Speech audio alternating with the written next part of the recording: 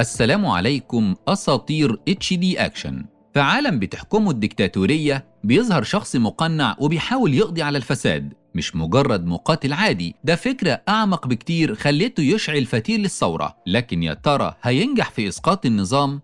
بيبدأ فيلمنا واحنا بنعرف ان في القرن ال17 كان في شخص لابس قناع وحاول يفجر البرلمان البريطاني، والأسطورة بتقول ان شكله ما كانش مهم على قد ما الفكرة نفسها، وانه حاول التغيير هي اللي مهمة. وللأسف الراجل ده بيتقبض عليه وبيعدموه في ميدان عام قدام الكل، بس لأنه كان بيحاول يحارب النظام الاستبدادي في بريطانيا. وفي وقتنا الحالي في بريطانيا المستقبلية وتحديدا سنة 2032 بيتضح إن بريطانيا بقت تحت حكم ديكتاتوري بقالها سنين، وقدرت تسيطر على أغلب دول العالم كمان. وبيبان إن الإعلام ليه سلطة كبيرة على آراء الناس، لأن كل حاجة ببساطة بتخدم مصلحة النظام. وبيتضح إن في حظر تجوال لجميع المواطنين عند وقت معين، لكن بتظهر بنت اسمها إيفي في الشارع بعد الحظر، فبيقابلها 2 من شرطة الحظر وبيوقفوها، فبتطلع إيفي رذاذ من شنطتها وبتدافع عن نفسها، وبتتصدم لما بتلاقيهم عاوزين يعتدوا عليها. لكن فجأة بيظهر من الظلام شخص غامض لابس قناع، وبيطلع خنجره وبيضرب الشرطيين كلهم بمنتهى السهولة،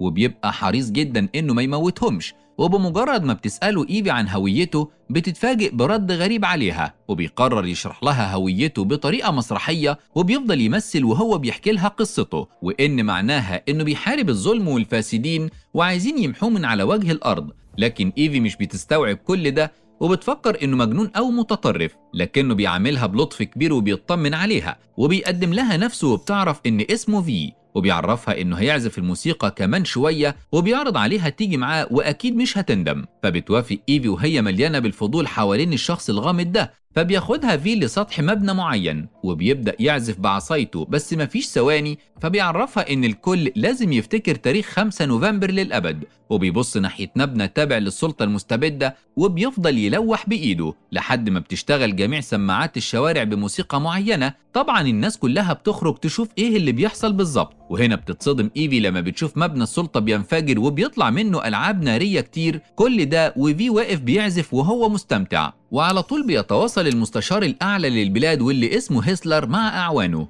وأهمهم هو مدير الأمن الداخلي كريدي. ومن كتر ما النظام مستبد لأبعد الحدود بيؤمر المستشار الأعلى بحظر الموسيقى دي للأبد، وبيخوفوا الشعب كله إن أي حد هيفكر يعارض النظام هيكون عبرة للي يحاول بعد منه. وبيتضح إن معاهم صور لفي، لكن ما يعرفوش هويته طبعا، وقدروا يصوروا إيفي هي كمان، بس لسه بيدوروا وراها علشان يعرفوا هي مين. والتاني يوم بيطلع إعلام الدولة يداري على الموضوع لحد ما يتصرفوا، وبتبقى إيفي بتشتغل في محطة إعلامية وهي شافت الحقيقة طبعا، بس بتفكر تتصرف إزاي. وفي الوقت ده المحققين بيقدروا يعرفوا طريق إيفي، واللي بتبقى موجودة في مكتب المدير جوردن، وبيتضح إنها كانت رايحة بيته امبارح تخلص له حاجات، وحصل معاها موضوع الاعتداء فخافت ورجعت. بعدها بتتفاجئ إيفي بقناع في جاي وسط ملابس الموظفين، وبيبقى المحقق بيتر المسؤول عن القضية في طريقه لمكان إيفي، وبيتضح إن إيفي أبوها وأمها كانوا ناشطين سياسيين وتم اعتقالهم وهي لسه عندها 12 سنة،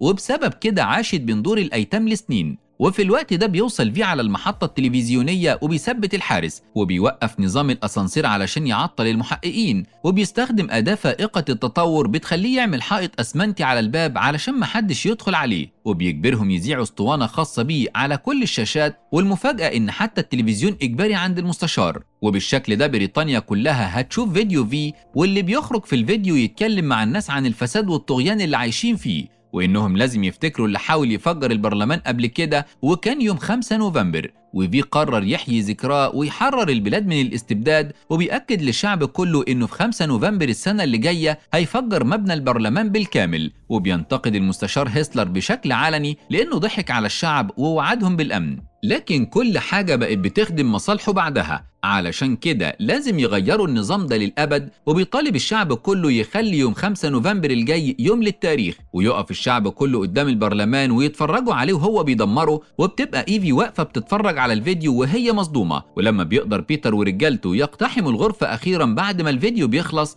بيلاقي الدخان مالي المكان، والصدمة إن في لبس كل الموجودين قناع زيه علشان يشتت الشرطة، وزرع قنبلة هتنفجر كمان 4 دقايق، وساعتها بيخرج قدام باقي عناصر الشرطة بمنتهى الشجاعة، وبيستخدم الخناجر الحادة بتاعته في قتلهم واحد ورا التاني بمنتهى المهارة، وبيجري على غرفة إيفي علشان يلحقها، بس مساعد بيتر بيشوفه وبيرفع عليه السلاح، فبتقرر إيفي ترش الرذاذ في عينيه، فبيضربها المساعد يوقعها في الأرض، لكن بتدي فرصة لفي إنه يضربه، وبيضطر إنه ياخدها معاه لأن الحكومة مش هتسيبها خلاص، وبيطلع الإعلام كله يتكلم عن اللي حصل، وبيعلن للكل إن اللي عمل كده إرهابي ومات خلاص، بس محدش بيصدق إنهم موتوه فعلا. أما بيتر فبيشوف كاميرات المراقبة وبيفهم إن في اتورط وخدها معاه بعد ما ساعدته، وبالفعل بتصحى إيفي تلاقي نفسها في غرفة غريبة مليانة بالكتب من كل ناحية، ولما بتطلع منها بتشوف مكان كبير مليان بالتحف والفن، وهنا بيظهر في وبيتكلم معاها، وبيتضح انه على مدار حياته سرق تحف لا تقدر بثمن، ولما بتستوعب ايفي اللي عملته بتترعب وبتفكر انها تبعد عن في قبل ما يحصل لها مشاكل، فبيأكد لها ساعتها انها بقت متورطة خلاص، وانه ما كانش قصده يعمل كل ده، بس بعد ما ساعدته في المحطة كان لازم ياخد قرار، يا اما يسيبها وساعتها هتتعذب في سجون السلطة،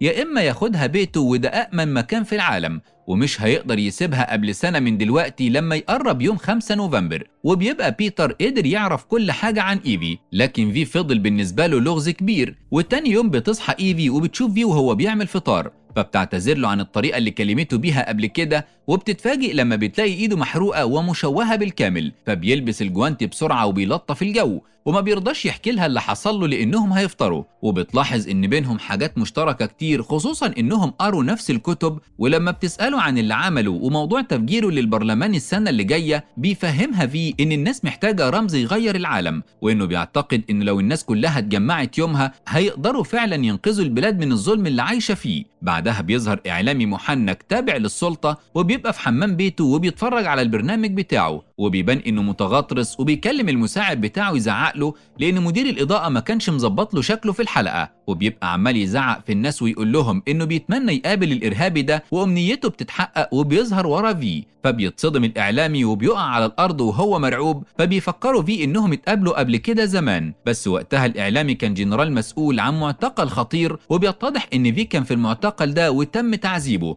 فبيفتكروا الإعلامي وهو خارج من النار بعد دمار المعتقل، والرعب بيدب في قلبه. بعدها بيفوق بيتر على مكالمة إن الإعلامي مات، فبيروح له وبيعرف إنه مات بالسم، وبيبقى القاتل سايب معاه وردة لونها أحمر، وفي الوقت ده بيبقى في بيتدرب على الفروسية في بيته، فبتصحى إيفي على الصوت وبتطلع تشوف اللي بيحصل، وبتكتشف إنه مشغل فيلم قديم وبيمثل المبارزة اللي بتحصل فيه، وبتفهم إنه مجنون بالفن والتمثيل، خصوصا الأفلام الثورية اللي ضد الأنظمة الفاسدة، وبيبدأ بيتر يدور ورا الإعلامي علشان يفهم إيه علاقته باللي بيحصل، وبيطلع خبر وفاة الإعلامي في التلفزيون، وبيبقى في وإيفي قاعدين بيتفرجوا، وبيصارحها ساعتها إنه هو اللي عمل كده لأن الإعلامي ده شخص أقذر مما تتخيل، وبيقدر بيتر يعرف إن الإعلامي كان مدير معتقل مجهول مفيش بيانات كتير عنه، فبيروح لجنرال في الجيش خدم في المعتقل ده، لكن الغريب إن الجنرال ما بيرضاش يحكي أي حاجة عن اللي حصلت هناك، وبيأكد لبيتر إنهم عملوا اللي كان لازم يعملوه. بعدها بتقرر إيفي تحكي لفي كل حاجة عنها، وبتأكد له إن أمها وأبوها كانوا بيحاربوا الفساد، علشان كده السلطات اعتقلتهم وماتوا من بعدها، وإنها من وقتها وحاسة بالضعف ودايما خايفة من كل حاجة، وبتطلب من في إنه لو في حاجة تقدر تساعده بيها هتعمل كده، فبيقرر يشاركها معاه في المهمة اللي جاية. وفي الوقت ده بيستغرب بيتر لما بيعرف إن المعتقل كان دايما بيطلب دكاترة، والأغرب إن الكاهن اللي هناك بياخد أعلى راتب، وبيتضح إن الكاهن ده اترقى حاليا لكبير كهنة المملكة، لكنه في الحقيقة عجوز متصابي وطالب من رجالته يجيبوا له بنت صغيرة، وبيتضح إن في عارف الموضوع وبعت إيفي تضحك عليه، لكن إيفي بتحكي له كل حاجة عن في، وبتأكد له إنه هيدخل عليهم كمان شوية ويخلص عليه، بس الكاهن مش بيصدق كلامها وبيحاول يعتدي عليها. ساعتها بيوصل في وبيلحقها، فبتعتذر له وبتاخد بعضها وبتجري، فبيقرر في ينتقم من الكاهن على كل الفساد اللي تسبب فيه، وطبعا الدنيا بتتقلب وبينزل كريدي بنفسه يراقب الموضوع، ولما بيقابل بيتر بيطلب منه ما يدورش ورا موضوع المعتقل ويركز بس على القبض على المجرم الحالي، وبتروح إيفي لبيت جوردن علشان ما عندهاش مكان تاني، فبيستقبلها جوردن بشكل كويس وبيوريها إن عنده غرفة سرية مليانة بالتحف النادرة، ومنها حاجات اتقال إن المستشار دمرها لكن جوردن محتفظ بيها لحد الآن. أما بيتر فبيروح للطبيبة الشرعية علشان يعرف سبب وفاة الكاهن، وبيفهم إنه نفس السم اللي موت الإعلامي، فبيديها الوردة اللي سابها في مع الكاهن وبيطلب منها تفحصها لأنها خبيرة في النباتات، فبتستغرب الدكتورة وبتعرفه إنها وردة نادرة جدا. بعدها بيعرف إن في المعتقل كان في عالمة بتشتغل هناك، لكن بعدها غيرت اسمها ومحدش يعرف عنها حاجة، فبيدور بيتر كويس لحد ما بيعرف هويتها، والمصيبة إنها تبقى الطبيبة الشرعية اللي شافها من شوية، وبتبقى الدكتورة طلعت مذكراتها من مكان سري وفضلت نايمة على السرير وهي مستعدة، لأن فعلا في بيوصل عندها علشان يموتها هي كمان، فبتأكد له إن اللي حصل في المعتقل ما كانتش تعرف بيه، بس في بيعرفها إن التجارب اللي عملوها على البشر هناك ما كانتش هتتم غير بإرادتها، وبيديها وردة كمان وبيأكد لها إنه سممها من شوية وإنها هتموت بدون ألم. وفعلا لما بيوصل بيتر بتكون ماتت خلاص، بس بيلاقي المذكرات بتاعتها وبيعرف المستشار بيها، فبيتصدم المستشار وبيأكد له إنها بيانات فائقة السرية، ولو فكر حتى في الكلام اللي مكتوب جوه المذكرات دي هيعتبره خاين للبلاد وهيتعدم فورا. وبيتضح إن الكاهن والإعلامي لما كانوا لسه في الجيش عملوا تجارب كتير على المساجين اللي في المعتقل، وده بمساعدة الدكتورة اللي ما كانتش تعرف نواياهم في البداية، ورغم فشل الأبحاث وموت كتير من المساجين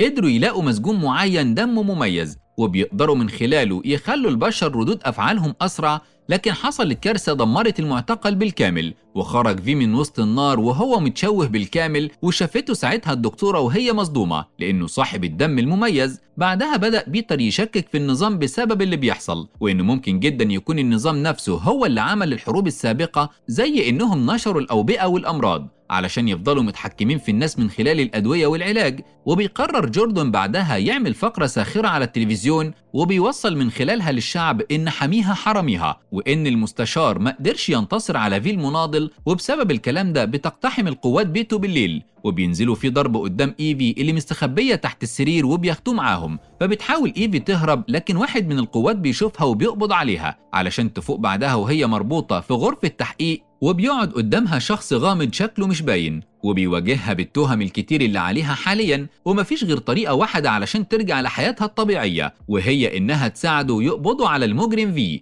وبيبعتها بعد كده تحلق شعرها بالكامل وهي منهارة من العياط، وبتترمي في زنزانة قذرة لفترة طويلة. وفي كل يوم كانت بتحس إيفي بالعجز وقلة الحيلة، لحد ما في مرة بتشوف جحر للفئران، ولما بتمد إيديها بتلاقي جواه رسالة، وبيتضح إنها رسالة من أحد المساجين في زنزانة تانية، وبتحكي المسجونة عن الظلم والقمع اللي تعرضت له في حياتها، وإنها كانت بتحب نوع نادر من الورود الحمر ودي نفس وردة في، وبتطلب من اللي بيقرأ الرسالة يحاول ينجو بحياته ويغير العالم. فبتعيط إيفي من الكلام اللي بتقراه، ولما بيقعد معاها المسؤول مرة تانية بتأكد له إنها رافضة التعاون معاهم، وبيبان عليها تغير كبير في الشخصية، خصوصا إن المسؤول أمر بموتها بسلاح كيماوي كمان شوية. ومع ذلك بتستسلم إيفي للأمر الواقع وعينيها ما بقاش فيها خوف. إيفي خلاص جاهزة تقابل الموت بصدر رحب بعد ما تخلصت من كل الخوف اللي في قلبها. وهنا بيفاجئها المسؤول إنها تقدر تبقى حرة دلوقتي، خصوصا بعد ما فقدت غريزة الخوف خلاص. فبتستغرب إيفي من كلامه جدا، وبتطلع من الزنزانة تلاقي نفسها في مسرح عرايس، والصدمة الكبرى إن كل ده في غرفة خاصة في بيت في. وبتشوف في قدامها وهو بيعتذر لأن جوردن مات، وبيأكد لها إنه وصل لها قبل ما القوات تموتها، وقرر يحطها في اختبار السجن ده ويعذبها لأنها كانت بتتمنى تعيش من غير خوف، وإنه كان بيتألم وهو بيعمل معاها كده،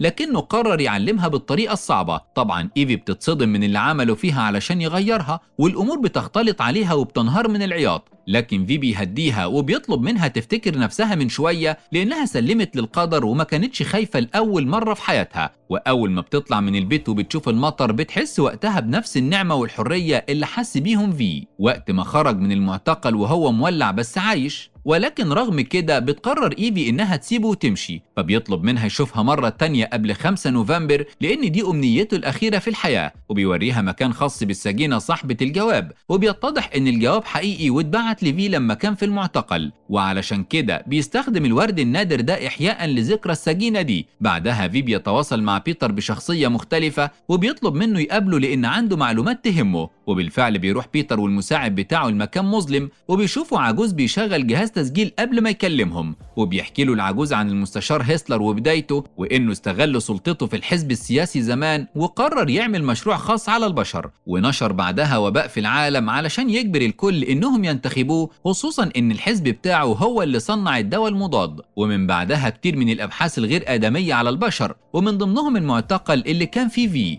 وبيشرح له دور الإعلامي والشلة كلها في الجرائم البشعة دي، وبيأكد لبيتر إنه هيثبت له كلامه قريب وبيمشي. وبالليل بيهجم فيه على بيت كريدي وبيهدده بالخنجر علشان يسمع كلامه، وبيأكد له إنه مش عاوز يموت غير المستشار، وبيطلب منه يسلمه ليه مقابل إن كريدي يمسك مكانه، وكمان في هيسلم نفسه ساعتها. وبيعرف بيتر بعدها بالخدعة اللي عملها في، وبيتضايق جدا إنه ضحك عليه بشكل العجوز. وبتبدأ شرارة الثورة مع اقتراب 5 نوفمبر، والناس في الشارع بقوا بيلبسوا قناع في قدام الكل، وبتبدأ حملات اعتقال عنيفة وفوضى في البلاد بسبب كده، لحد ما بيجي يوم 5 نوفمبر وبيتفاجئ في بإيفي داخلة عليه، فبيرقصوا سوا وهم مستمتعين، وبتستغرب إيفي ازاي في قادر يكون بالهدوء ده، وهو بعد شوية مطلوب منه يفجر البرلمان ويكمل الثورة. ولما بتحاول تشيل القناع من على وشه بيرفض، وبيأكد لها إن الشكل اللي تحت القناع مش هو، وإن كلماته ليها هي بس اللي بتحدد هويته. وبياخدها بعدها الأنفاق بتوصل على البرلمان،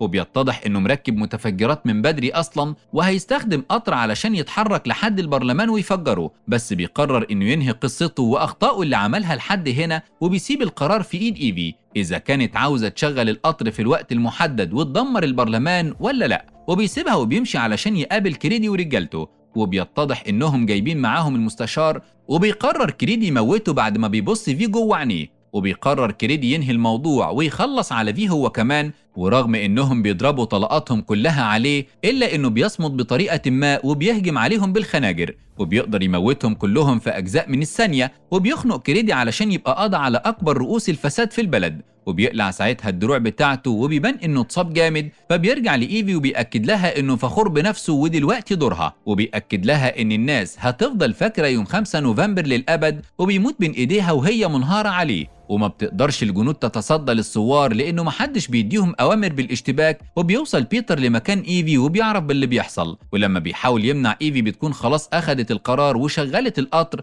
واول ما بيوصل للبرلمان بينفجر بالكامل وسط نفس الموسيقى اللي اشتغلت قبل كده، وبتطلع الالعاب النارية قدام الشعب كله في مشهد عظيم. وساعتها بس الشعب بيحس بالحرية لاول مرة من سنين، وان بقوتهم وعزيمتهم يقدروا ينتصروا على الفساد. وبكده بينتهي فيلمنا النهارده يا أسطورة. ما تنساش تدعمنا بلايك وتكتب لنا رأيك في كومنت علشان توصل لك كل ملخصات HD أكشن.